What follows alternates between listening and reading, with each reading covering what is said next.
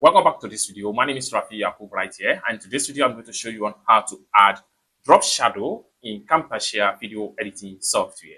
So let's see. Welcome back to this video. The very first thing you want to do is to make sure you drag the video that you want to add drop shadow to from the media file right here, and make sure you drag it to the timeline right here, just like so. Then having dragged the video to the timeline, now you have the video right here. So what I'm going to do with this video is to simply scale up the video. I will just come to the top right here and scale up the video a little bit. And I'm satisfied with that. One more thing we can do here now is that we can change the background color of the video if we like.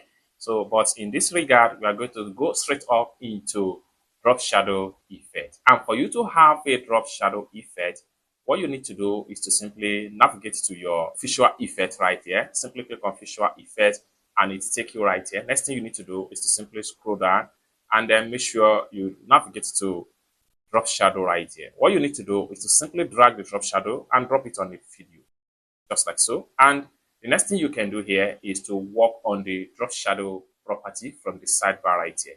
Now you can take your drop shadow into different angle. You can come to the bottom right here or take it to the top, and also you can take it to the top, and also you can take it to the center point of it. And one more thing here, you can apply color to the drop shadow. Now we have black background video right here, and for us to have the drop shadow effect, we need to change the color of the background from black. So I'm going to simply click on here, and then we can add something like blue to see how the effect is going to look like. Next thing we want to do is to control the opacity. So what I'm going to do here is to simply increase the opacity of the drop shadow. And this depends on how you want your drop shadow to appear on in the background of the video. The more you control the blur and opacity, the more the drop shadow is going to appear, just like what you see on the screen right here. Now you can see we have the drop shadow effect on background of the video.